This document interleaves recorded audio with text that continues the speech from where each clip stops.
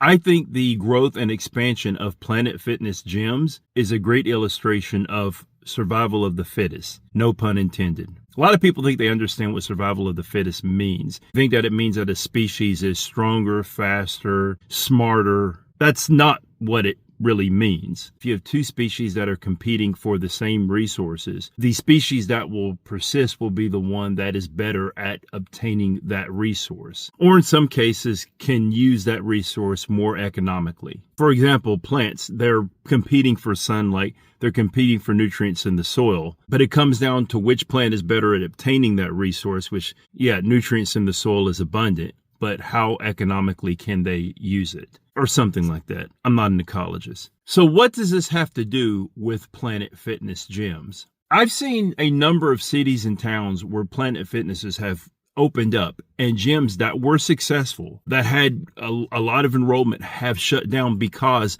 members leaving their gym and going to the Planet Fitness. And if you've never been to a Planet Fitness gym, even if you've never been to one, you've probably heard people making fun of them. And there's a reason why. They don't really have much in the way of free weights. They don't really have much in the way of fitness classes. They usually just have maybe personal trainers. Even their machines are limited. But what Planet Fitness does have is that it's cheap.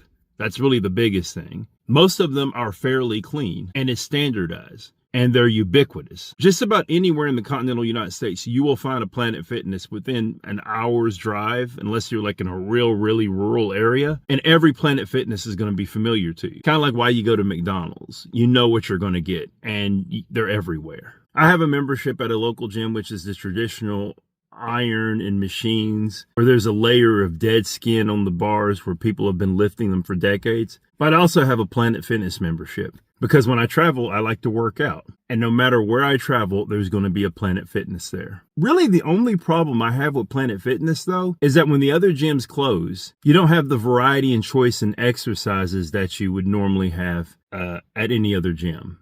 Which, going back to my original point, kind of mirrors the loss of genetic diversity.